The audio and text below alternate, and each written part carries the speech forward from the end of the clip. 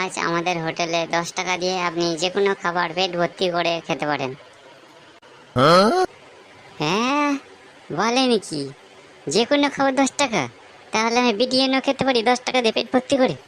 Wow! হ্যাঁ, তাই তো বললাম আপনাকে, আপনি যা খুশি পেট ভর্তি করে খেতে পারেন 10 টাকা দিয়ে। ঠিক আছে, আপনি তাড়াতাড়ি বিরিয়ানি দেন, 2 প্লেট দিয়ে যান। ঠিক আছে স্যার, নিন স্যার খান। বাহ, বেশ ভালো খাবার তো। বেশ তো, চিকেনও দেখ বেশ বড় বড় পিস আছে, খুব ভালো হয়েছে স্যার।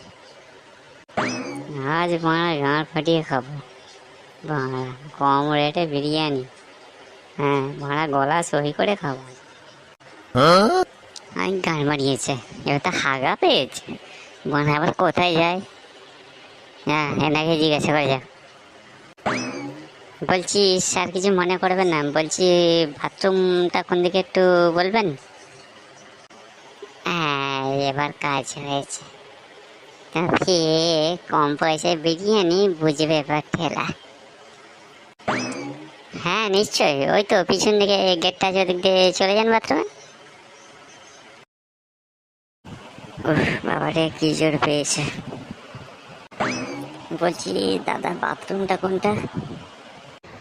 বাথরুম তো এইটাই, এটাই তো বাথরুমের গেট। কিন্তু আমরা এই পার্সেল নিচ্ছেন। পেট করে আবার কিসের টিকিট? পাঁচটা কিসের?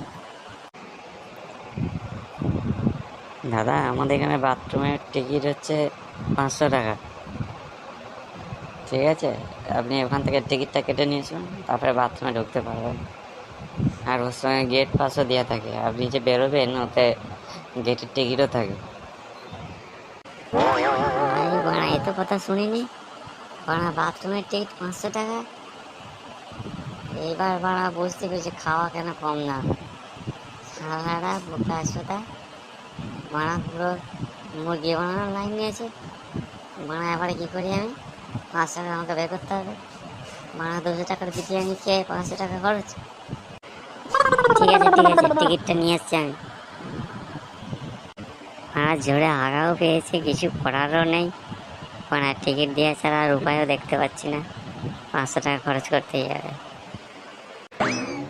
খুব সস্তায় খাবার খেয়েছে না? ভাড়া হোটেল কি এমনি খোলা হয়েছে নাকি লোককে সেবা করার জন্য? তাই ভাড়া 500 টাকা দিয়ে দেয় বাথরুমে ঢোক। নিন টিকিটটা নিন। ঠিক আছে, এবার যেতে পারেন। এগে কি শান্তি। শালারা এমন খাইয়েছে, শালা হাগা রোকা যাচ্ছে না। পায়খানার কোমর মনে হচ্ছে ভর্তি হয়ে গেল। শালারা এইভাবে হোটেল চালাচ্ছে। শালা কম দামি খাইয়ে আর বাথরুম খরচ বেশি। তাদের হোটেল বন্ধ করে দেবো। দাঁড়াও,